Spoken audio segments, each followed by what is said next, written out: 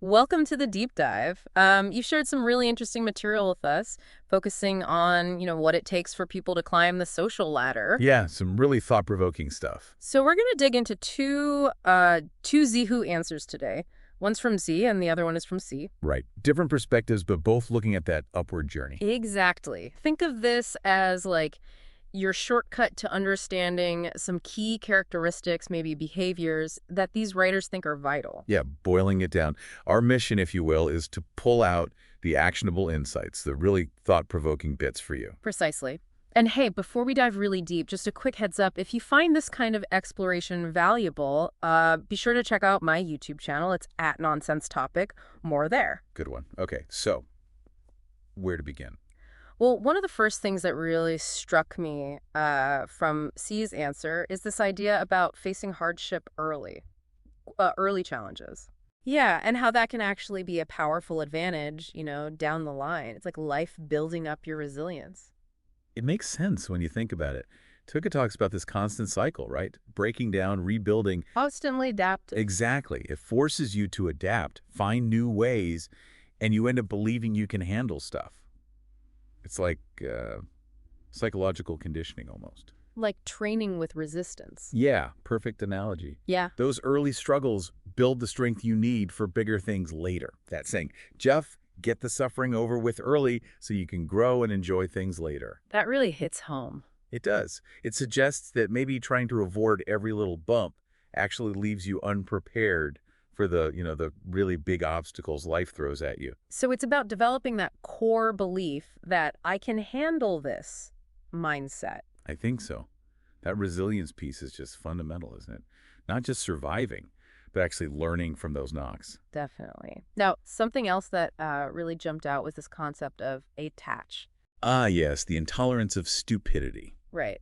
And Muff makes this, well, pretty provocative argument. If you're constantly annoyed by other people's perceived lack of intelligence. That maybe you're not actually that different from them. Su anka gyu. Exactly. That's such an interesting, almost humbling way to see it. Does it mean that, true mastery or a big leap forward brings a different kind of patience? That's a great question.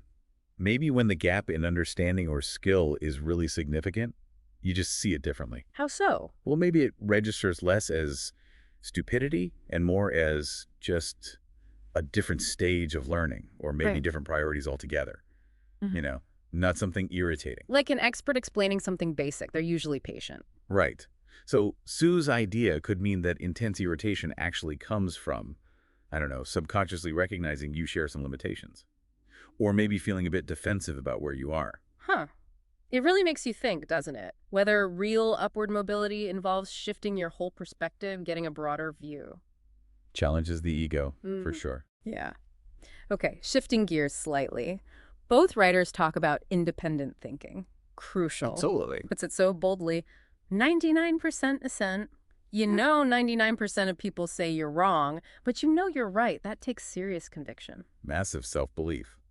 But then there's also the flip side, right? Being open to unconventional ideas from people you trust. It's a fine line, isn't it? Conviction versus just being stubborn. Totally. How do you balance that? That's the question. I think maybe it comes down to why you have that conviction. Yeah. Is it based on real thought, observation, deep understanding, or is it just digging your heels in? Good point.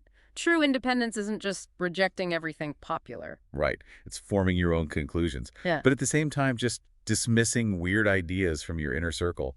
That Mhm. could be, well, intellectual arrogance. And Ala's point about connecting with higher level people fits here too, maybe. Yeah, exactly. They might operate on totally different assumptions, offer insights that really challenge you in a good way. It's having the confidence to go your own way, but also the humility to learn, even from views that seem odd at first. That mix. Self-assurance and intellectual humility seems key. Definitely. Okay, what about character? Really stresses a sound character for big success Integrity. and highlights love and guidance in shaping it. It sounds like having a stable inner compass is just non-negotiable. Well, sound character can mean a lot, but in this context, yeah, it's probably about integrity, responsibility, that strong work ethic. Stuff that builds trust. Exactly. And allows you to keep going long term. The love and guidance part Probably helps instill those values early on, Yeah. if you have that solid moral foundation. You make better decisions, build better relationships. And you persevere without cutting corners, ethically speaking. It's about playing the long game, guided by that inner compass. And playing the long game takes energy. Both authors mention this. Physical and mental vitality. Ugh, hugely important. Describes people with, like, abnormally high energy levels. Almost pathologically energetic, yeah. And contrasts them with someone always weak and sickly. It's a pretty stark reminder of the physical side of ambition. Absolutely. Sustained effort, especially when you're trying to break through barriers, it just drains you.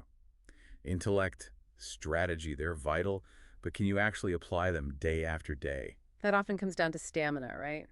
Physical and mental. For sure. That phrase, jum shum, suggests a level of almost relentless drive. That can be a real differentiator. Is having the fortitude, physical and mental, to take the hits and keep pushing when others just can't. Makes total sense. Best ideas in the world are useless without the energy to execute. Precisely. And speaking of protecting that energy, talks about boundaries. Not letting people cross your lines. Yeah, and distancing yourself from those who consistently do. It's about safeguarding your focus, your well-being, isn't it? Totally. Setting and crucially enforcing boundaries stops that energy drain, keeps you focused. And Ura's point about vulnerability in lower socioeconomic groups. Highlights why it can be tough, but so important. Exactly. It's recognizing not all interactions help you, and sometimes protecting your mental space is just necessary self-preservation. Key for long-term progress. You can't pour from an empty cup.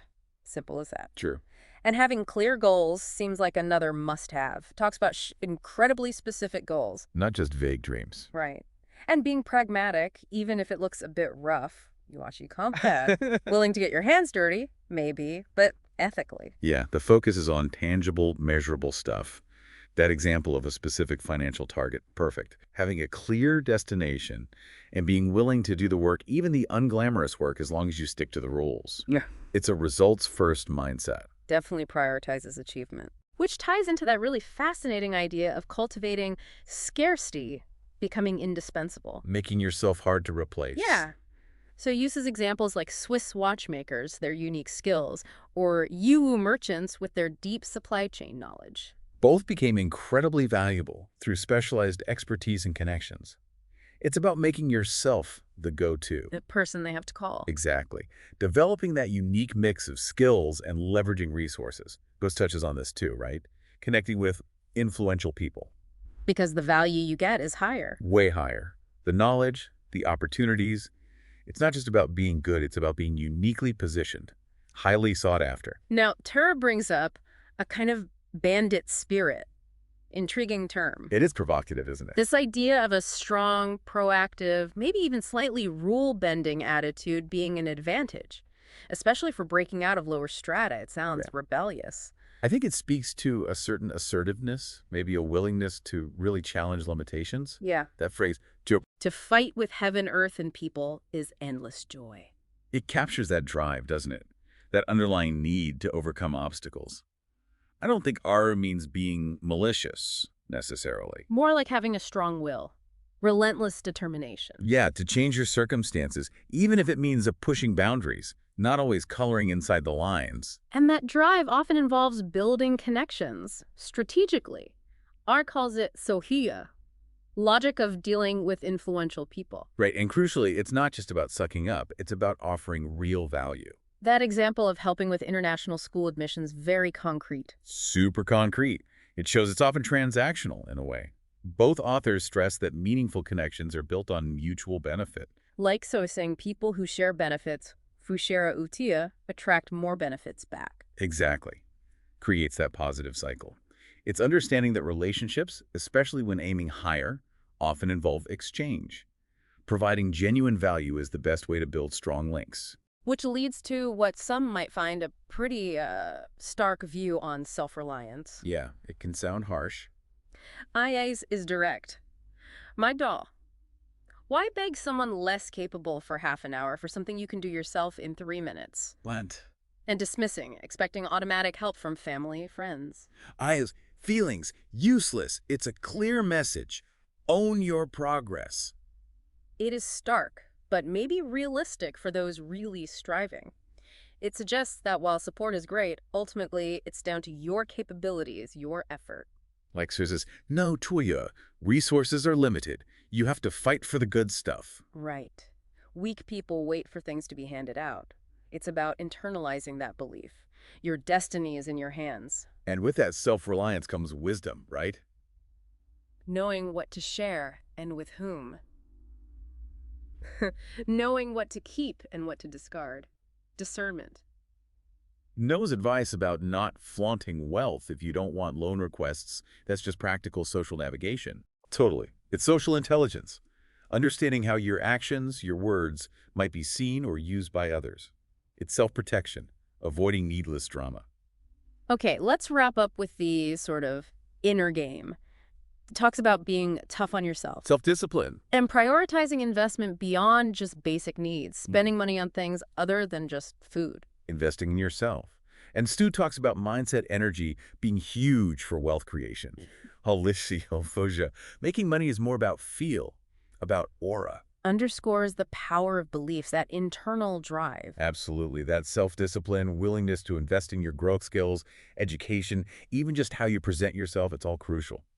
And Sue's point about breaking income barriers. And how that boosts confidence, energy. Yeah, it creates this powerful feedback loop. Internal belief drives external success, which fuels more belief.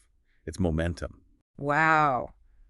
This has been incredibly insightful. Yeah. Digging into these traits, these behaviors, everything from early hardship building resilience to strategic relationships, that absolute need for self-reliance. A lot to chew on. Resilience, independent thought, networking, pragmatism, energy. Exactly. And these aren't just abstract ideas, right? They're drawn from these specific perspectives on what it takes. So maybe a final thought for you listening.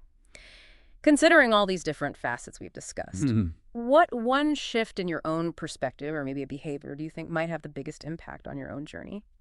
Or maybe reflecting on that bandit spirit versus the focus on rules and ethics. How do you navigate that tension yourself? Good questions to ponder. Definitely. Yeah. Well, thank you for joining me for this deep dive. Really encourage you to keep mulling over these fascinating ideas.